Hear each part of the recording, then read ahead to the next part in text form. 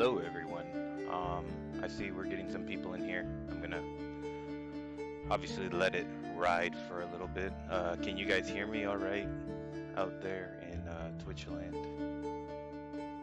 I want to make sure the music is gonna go down once Owyn starts blabbering away.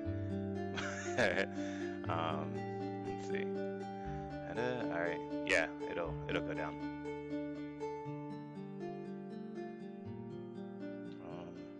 Alright, so just give me a minute. We're gonna let some folks get in, and then I'll bring these two in.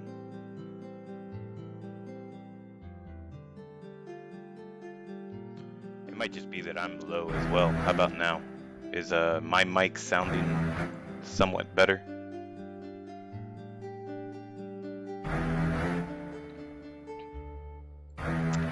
Usually I'm really loud, so yeah, I had to turn my mic down.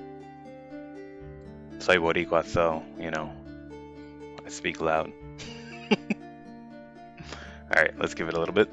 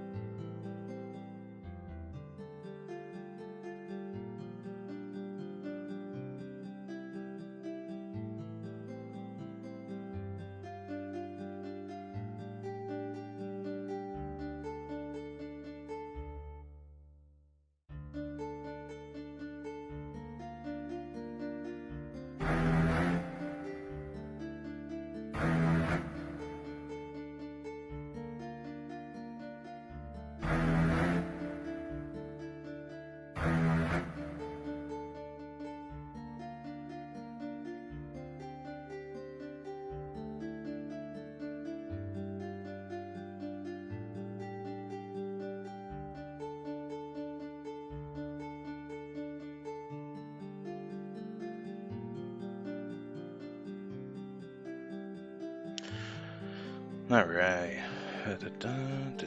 just letting some more people get in here first, and then we'll let it go. Well, actually, let's, well, no, I want to wait just a little bit longer. Hold on, only 7:02. Let's give it a couple more minutes.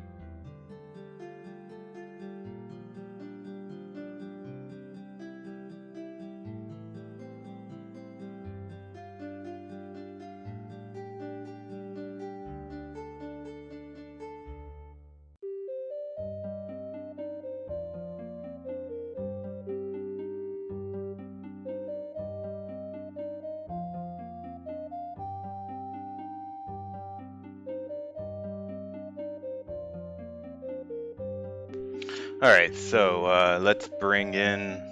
Hello, everybody. I'm gonna bring in Owyn and CLX, and just give me 1 second. Let me. Hopefully these guys are ready. If not, this is gonna be something fun. All right, so there's CLX. There's Owyn. Hello, guys. Evening. Holy. Hi guys. You guys are loud as hell. Hold on. Better than usual, right? Yeah, that's way better though, to be honest. Good news. How's it sounding? It sounds fine right now, I think.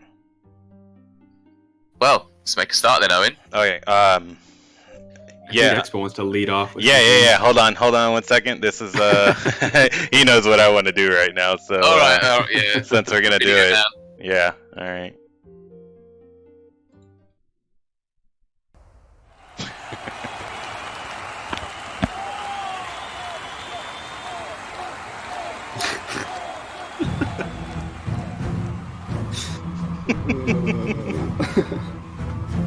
This is when you know you've got too much time on your hands.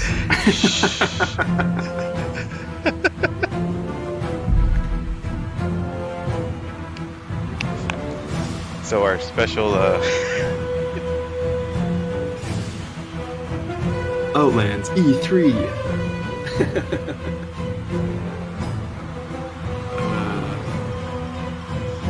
yeah. So yeah, that was my little intro. Just wanted to get into the E3 fever over here. It's a lovely video, Expo. Why, thank you. Thank you. Let's see. So. All right. So hi everybody. This is Owyn, and obviously no Expo, and we're joined by CLX, who's Outlands first player, and my conversation partner for these dev debriefs. It's been a while since we hopped on here. I had to cancel the last one due to some real life engagements, and when I was looking back, I realized that the last one that we did was January 26th. So here we are, almost mid-June, and time is flying by. It was due time to catch up with everybody and let you know what we're working on, what we worked on in the past, recent events, and then cover some exciting stuff that we have going on in the future. We think the E3 thing was kind of fitting because we have some really exciting content and major patches that are coming down the pipeline, and it was a fitting time to address everybody and sort of just touch base and say hi. Yeah. So I think we're overdue. gonna. Sorry. It's overdue. It is overdue. Absolutely. We've been working on a lot of stuff. We have, big ambition and good intentions, and I think we've just let time fly. Between managing the shard and developing new content and working on new things, time really has passed by.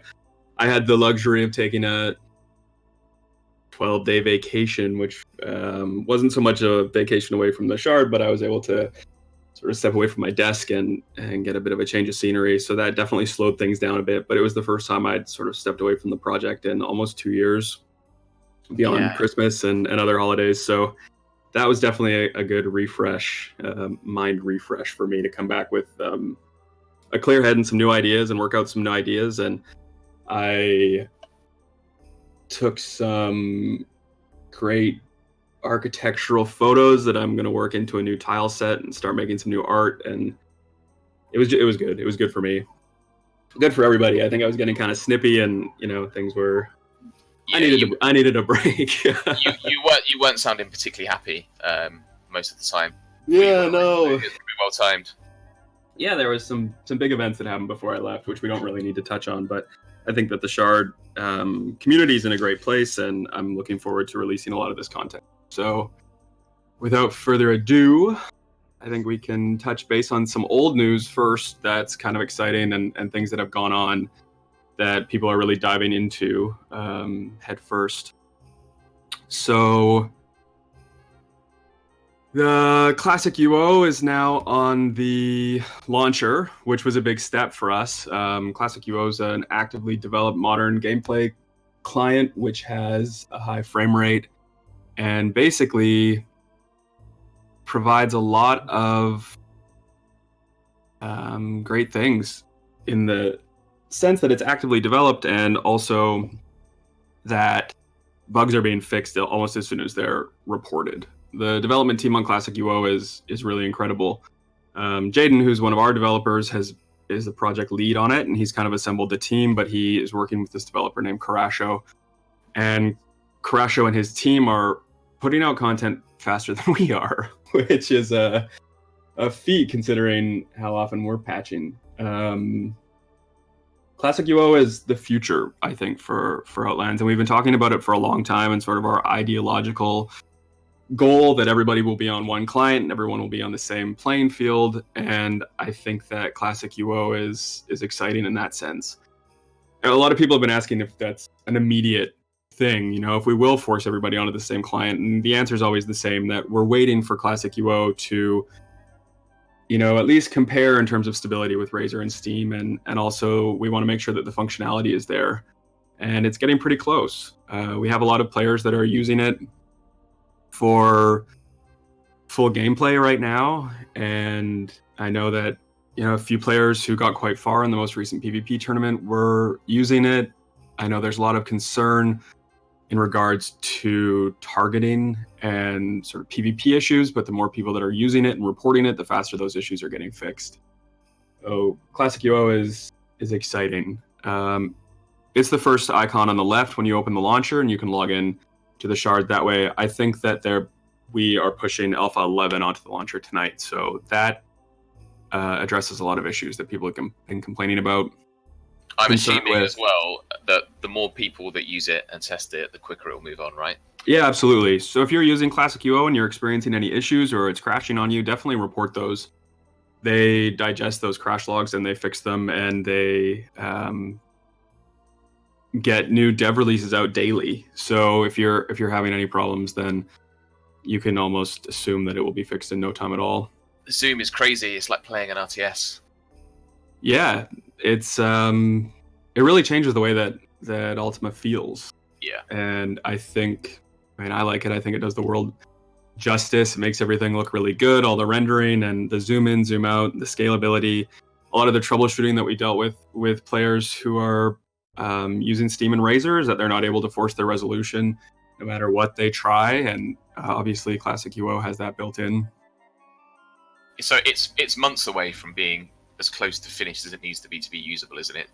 I think if we had a goal, it would be for our 1 year anniversary. We just passed our 6-month live anniversary, so if we were to aim for something, I think it would 1 year anniversary of having sort of for version 1 of Classic UO online. It would be October 27th. You've put them under some serious pressure now, Owyn. I heard them talking about it, so that's not pressure I'm putting on them, but that's something that they're definitely aware of and working towards. Yeah, I don't think you can overstate how spectacular it is to have this available. I think we're all just taking it for granted now, but suddenly there's this amazing new UO client with all these features. Yeah, I think that people were excited about Orion when it was in development, but now that's been made closed source, and it's not as actively developed as Classic UO. So Classic UO is really the preeminent gameplay client that's in development for UO. All of these attempts that OSI, or whatever you want to call them, EA, made to create a new client, this absolutely shits all over them, to put it bluntly. Yeah, I think that sort of in a similar mindset as to what Outlands does with Ultima Online, this client is doing the same thing for clients. They're trying to keep the foundation as Ultima Online as possible, but just making it more modern. The whole approach that OSI took to changing graphics and changing interface and handling, there were some good ideas that came from that, but really it just started not to feel like Ultima Online. And I think that we play Ultima Online for various reasons, but one of them is certainly how it looks and how it feels and how we understand the interface. And it's so good and simple just in that sense. So I think that Classic UO has a really interesting approach. A solid, they built a solid foundation, and now they're really working on features and bug fixes and stability. So other than the targeting issues that people have mentioned for PvP, are there many other features missing, or is not that really? I think a lot of people are waiting for grid loot. That's an important thing for a lot of people. We're not all as young and spry as we used to be, and a lot of people have arthritis or carpal tunnel or whatever. So grabbing loot's a challenge. Yeah, I'd rather not loot than have to go back to manually grabbing loot. Yeah, I mean, there's a grab key in Razor now, so you can set up that macro and grab things fairly easily. But people are definitely waiting for grid loot, and I know that that's on their agenda. Yeah. They recently changed the skill menu, so it looks more like the classic, or it is the classic skill menu, which was something that I had requested because I hated the skill menu that they went with. But those sorts of features and improvements take time, but they're slowly trickling down. Okay, so other than CUO, what else have we missed by not talking for the last? Bird macros are gone. That was a big moment in the history of Outlands. Active skill gain was removed, so that was the thing where you had to kill something to get enhanced skill gain rates. That has been removed completely, which was a barrier of entry that had some novelty at first, but was immediately abused, and then we removed it to just make the process more simple. I think I'm a firm believer that access to content shouldn't be gateway behind skill gain. Yeah, I like the idea at first of making people actually play the game to gain skill, or when they do play, they gain faster, but the implementation wasn't correct, and then the fix didn't come soon enough, and we tried to make changes, and there was outrage, and it just wasn't worth fighting against. So there was I'm glad that we... a huge number of new players arrived just after it, which I don't think was coincidence. Yeah, we definitely saw our numbers go up, by hundreds at that moment. Really, it was a noticeable change in terms of the shard population. It really was an increase. Almost like people had been waiting, but they'd heard that they had to do this weird macro to gain at any reasonable rate. And I can understand that. It was poor game design, just in the sense that it wasn't implemented correctly, and then a fix didn't come soon enough, and whatever. Now it seems like ancient history, so there's no weird skill gain anymore. What else? The test shard editor is up. If you log into the test shard, you'll see there's a golden statue, and that allows you access to a lot of different things. You can create clothes and have access to hues, and so try out outfits, try houses. You have access to everything, mastery chain, whatever you need. And we keep that fairly up to date in terms of testing things. So if we have new content on and available, it's being pushed to the test shard, and if it's something that you need access to or easy access to, then it's available through that gold statue. So that's at Prevalia Bank. The gold statue, the green statue, the storage shelf, they're all fully stocked and available for testing. And we're finding a lot of people are logging onto the test shard to try out housing, to try clothes on, to look at hues before they're purchasing them on the Prevailing Merchant, all that stuff. So test is always a fairly recent copy save of the live server, right? Yeah, whenever Luthien patches the test server or Jaden patches the test server, then they put on a recent save. So we try to keep it as up to date as possible, but it's not necessarily our priority to keep a fresh cap of the world there. So we get a lot of questions like, how often do you do it? And we really just put it on when we patch, which isn't really frequently, although we're trying to get into more of a development rhythm where major content goes onto the test shard before it goes onto the live shard, and that's obviously helped streamline patches onto the live shard and also the stability of the live shard. Go figure. So whenever we do patch the test shard, we do put a live screen or a live save onto it. What else have you added to the map in recent times? So I'm assuming the most recent Corpse Creek edit was since we last spoke, and you're working on another one now. But what else is there? The two main things that have gone onto the map recently are the Demon Keep, which is the entryway to the Omni Lairs, is online, and the Orc Fort, which they've christened Bloodchalk, is online as well. And there are a few things like the Omni Lairs that are not something you have access to all the time, but they are there. And also, you should talk more about the Orc Fort, why you've built it, who it was built for, etc. Yeah, so it was built for the orcs, obviously. You might want to wait for that one for a little bit later for the role playing, to be honest. Yeah, I mean, I'm going to touch on that later, but all right, cool. We were watching orcs field like 30 orc, and because we don't have kin masks here yet, the orc fort that we had, there's 3 of them on the map, weren't really fun for them to play in because they were dealing with all those annoying NPCs. So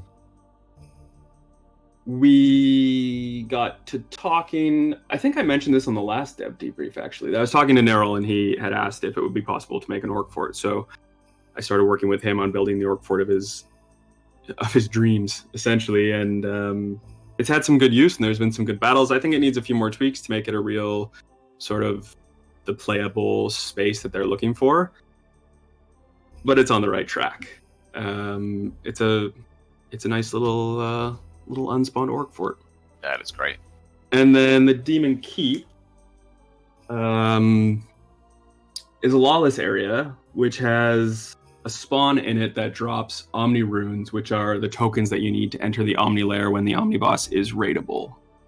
So